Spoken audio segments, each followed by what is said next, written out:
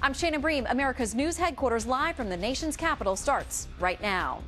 All right, many Americans got very frustrated by the lengthy 2011 budget battle on Capitol Hill. So did anyone end up winning the public relations battle here? Joining us now to talk about it, pollster for New Jersey Governor Chris Christie, Adam Geller, and Democratic pollster and former Kerry campaign senior advisor, Mark Mellman. Gentlemen, welcome to you both. Thank you. Nice to be here. All right, Mark, I'll start with you here in studio with us in Washington. How do you think that the president is viewed coming out of this? Because there was very much the feeling that he sort of wanted to let the folks on the Hill hash this out. He did host meetings at the White House, but he didn't want to be the front runner on this whole debate. How does he look now that they solved it? Well, the truth is he brought these parties together. He made them come to an agreement. They did come to an agreement. Nobody looks really good coming out of this agreement, that's for sure. But that's what happened in 1995. President Clinton's ratings went down. But in the long term, the Republicans got hurt most because people really understood what the Republicans were about then. I think they're going to understand what the Republicans are about now. The choices are what's important here. Congressman Ryan, in his budget, chooses to end Medicare in order to give tax breaks to oil companies. The Republicans are choosing to cut education in order to provide $200,000 a year in tax breaks to millionaires. That's the kind of choices that people in this country really don't want to make. That's the kind of choices Republicans are making, and in the long run, that's why they're going to get hurt. All right, Adam, I'll give you a chance to respond to that. I mean, there's always this feeling that the Democrats do a much better job at the PR battle on these policy matters than Republicans do. You heard a lot of what Mark had to say to the average American, and that's not going to sound too good. Well, I got to tell you that I'm going to disagree with Mark on pretty much everything he said. Number one, 2011 is sure not 1995 and 1996.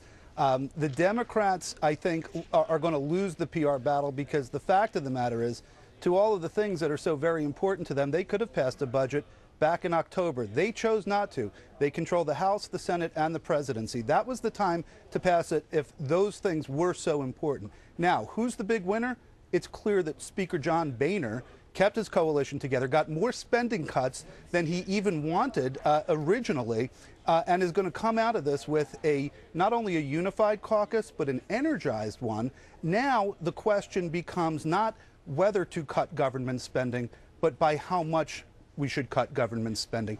The Republicans have fundamentally changed the dialogue that this country is having at a perfect time. Here's the last point, though. At the end of the day, all of this is prelude to whether the economy is going to fundamentally improve and whether unemployment is going to fundamentally go down. That's going to be really, at the end of the day, still the biggest issue that's going to be determinative in 2012. All right, I want to show you both a couple of polls and get your reaction to this. These were taken as this whole thing was playing out over the last few weeks. One of the questions, who do you trust more to cut government spending enough to make a difference in the budget deficit while at the same time not cutting so much that valuable programs are hurt? The selections here, you can see President Obama came out on top with 45%, Republicans with 42%, the remainder going to Democrats. Mark, that has to sound good to you. The president came out on top of that list. Well, yeah, it's a narrow difference for sure. But again, the reality is not so much what's going on now, but what's going to happen down the road. And budgets are about choices. The question is what kind of choices are going to be made. Everybody wants to cut spending. That's not an issue. The question is what choices do you want to make about cutting spending? Do you want to cut Medicare, or do you want to cut subsidies to oil companies? Do you want to cut education, or do you want to cut tax breaks for millionaires? Those are really the choices we're going to have to confront in the next budget, and we couldn't have done the next budget last year. We have to do it this year, no question about it. So those are the choices that we're going to be battling over in the next couple of months, and I think with those kind of choices, the American public are going to be very clearly with the Democrats, even more strongly than those numbers suggested. All right, we have another poll, too, as well, that deals with the president's performance, the approval, the disapproval. It's a poll taken just about every day just to measure what the American people think about how he's doing. You can see that a year ago this time, 43% approved of his performance, 48% disapproved. Those numbers have flipped a bit there. Now 49% say they approve, but still 47% say they disapprove. Adam, how do Republicans use those numbers to their advantage in these battles over both the 2012 budget and a vote on the debt ceiling? Well, you know, Shannon, as Mark knows, job approval is just such a key indicator as to where the public is, combined with right direction, wrong track in the country and some other factors. But here's the number. I looked at that poll, and I took actually a closer look at it. Now, among independent voters, President Obama's job approval is 40%. He's just going to be in very, very bad shape. Independents were a group that the president won in 2008 by about 8 points. So for him to have a 40% job approval among independents shows that he has a lot of work to do to get back the middle moderate type of voter. And the problem with doing that is that at some point he can alienate some of his more liberal and Democrat base. So he's kind of between a rock and a hard place.